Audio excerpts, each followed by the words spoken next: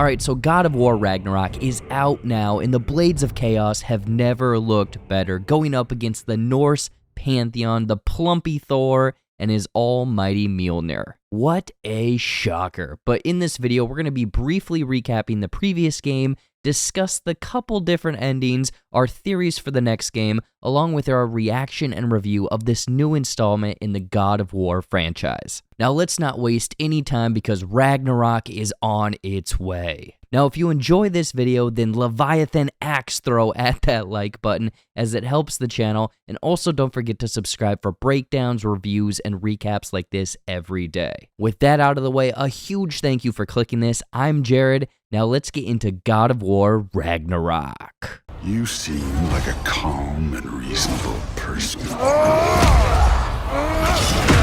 Are you a calm and reasonable person?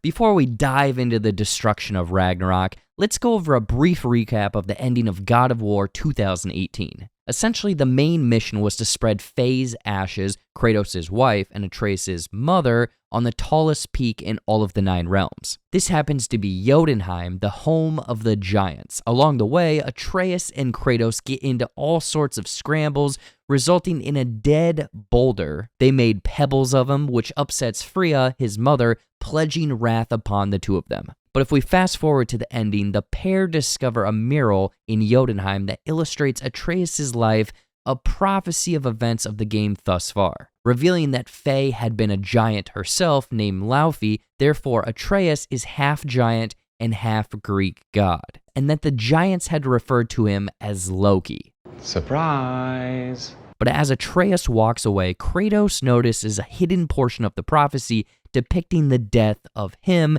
either by Atreus or with Atreus. So with it now being revealed that Atreus is the trickster god Loki, the two head back to their home in the forest, with Mimir mentioning that it is the start of Fimbul winter, a constant, ever-growing winter that spans 3 summers, leading to the end of everything, aka Ragnarok. There's a final tease stating, years later, with a big old Thor showing up to their home either to talk or to kill them, showing off the god's almighty Mjolnir before cutting to black. So Ragnarok is the event at the core of this game, with it having all, obviously been set up by the pair in God of War 2018. Now, if you don't know what Ragnarok is, it's a 2017 Marvel Studios movie where we see... Wait, wrong Google search. Ragnarok is simply defined as the final destruction of the world in the conflict between the Aesir and the powers of hell, led by Loki. Set 3 years after the first game, the main goal at the center of God of War Ragnarok is the impending doom of destruction on the horizon, while Kratos and Atreus must traverse the 9 realms, gathering relics to find a way of stopping it. Along their way, they meet several allies like Agrabah and Tyr, the Norse god of war, who all ask Atreus, "Who is your daddy and what does he do?" While also butting heads with many prominent members of Norse lore like Heimdall and of course Thor, who seeks revenge on his half-brother Baldur and his 2 sons that Kratos and Atreus killed in the first game. All of this leads to the doorstep of Asgard as Ragnarok approaches, but Odin continues to seek for an unknown knowledge that he believes Loki can uncover, obviously trying to exploit him to be used to prevent the end of everything, but the cycle of vengeance is not so easily broken. Now the ending leads Kratos, Atreus, and the united forces of the other realms to begin a full-on assault a la, the portal scene from Avengers Endgame on Asgard against Odin. However, he had been expecting them with Valkyries and other Einherjar of his own to stand in their way. Kratos and Atreus battle through Hordes, having Thor join them, with Sindri breaking down the guard wall surrounding all of Asgard. Unfortunately, tubby Thor is waiting for them, going full-on rock'em sock'em robots with Kratos. Though Kratos bests him and Mjolnar, demanding him to think about the children, that they don't need to be destroyers. They must be better, again tying in with the cycle of vengeance that is not so easily broken. Thor throws down Mjolnar, stating that he won't kill Kratos or be used for his power again, This results in Odin killing him because Thor had only been kind of seen as a tool to him, with Odin now fighting Kratos, Atreus, and Freya. It's a damn Jerry Springer family throwdown. Atreus smashes the masks that Odin was about to use to gain the unlimited knowledge, ripping his soul from his body and placing it in a marble like all of the giant souls he had discovered along the way. Keeping the Odin marble seems like a terrible genie in a bottle situation. Instead, Sindri angrily smashes it because of Brock's death by Odin earlier, once again alluding to, you guessed it, the cycle of vengeance. Ragnarok thrusts his giant sword into Asgard, destroying all of it as they escape. The final moments reveal Angrboda showing Atreus one final mural from Faye, revealing she had destroyed the shrine in Jotunheim so that he and Kratos wouldn't know their fate, instead allowing them to forge their own to break the prophecy. Atreus wants to now go off on his own to seek out more of his own story, finding more of the giants that are in hiding. Obviously, heavily hinting we could get an Atreus standalone story in the future. Kratos and him finally part ways in one hell of a gut punch emotional scene. Loki will go. Atreus remains.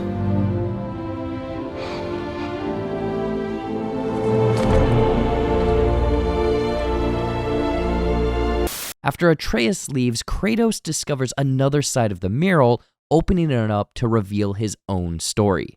There are depictions of Athens, Kratos with the Blades of Chaos, traveling on a boat from there to Midgard, along with key events from the first game and this one. The final panel is a second gut punch of emotion as we see Kratos standing above, wearing his Spartan gear while holding the Leviathan axe. A blend of his past and present, what he was and what he has become, being worshipped as a god. After others argued he was never a true god because he was never worshipped or prayed to, his journey of becoming a worthy god is complete, one that his people love.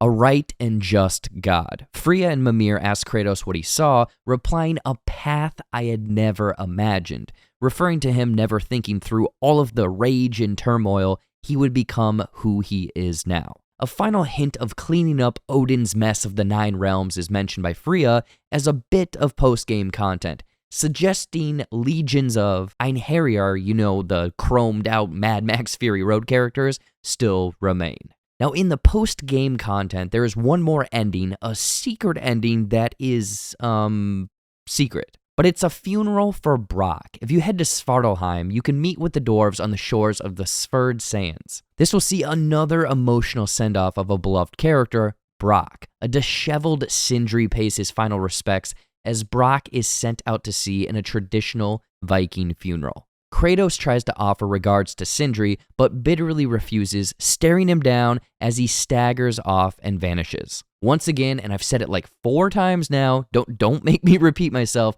but the cycle of vengeance is not so easily broken. As for where potential follow-ups and spin-offs could go, the ending of Ragnarok leaves a few breadcrumbs we can follow. We could see a split story following Kratos, as he is now, kind of become the new God of War, in quotes, in a sense for the Norse pantheon, because, Tyr, he be dead. There were mentions of Ghana, a Valkyrie queen, still lurking out there, so she could assemble some forces, storming Kratos' doorstep. While the other half of the story sees Loki, now a grown man, adventuring his way to uniting all of the giants. Him and Kratos team up, but this results in the death prophecy that we saw at the end of 2018's God of War. Though do take everything with a grain of salt, because Cory Barlog said in an interview that this Norse series would be complete after 2 games. But hey, money talks, baby! Show me the money! The next series will most likely jump into a different mythology in general, either bring Kratos back into the mix, or even handing off the Blades of Chaos to Atreus. Various interviews suggest Mayan or Hindi culture, and the 2018 game hinted at Egyptian, Greek, Celtic, and even Shinto. However, the Egyptian pantheon seems to be the frontrunner because that almost became the setting of the 2018 game, with concept art being shown off. Egypt was also the setting in the God of War Fallen God comic run. So the Egyptian story could even bridge the gap between, God of War 3 and the 2018 rebootquel. But what do you think? Where do you want to see the next God of War be set? Hell, they could even get wacky with things and set it present day, like the original God of War post-credit scene. Remember that? That was wild. Overall, Ragnarok's story is just... Man, it's the sprawling adventure steeped in Norse mythology that I was hoping for. The fact that all 9 realms are open for our discovery, and even more familiar and unfamiliar members of the Norse pantheon are present. It feels like the world and story has so much depth to it. I mean, who knew I needed to see Thor in a bar fight acknowledging his drinking problems? This drink, I like it. Another!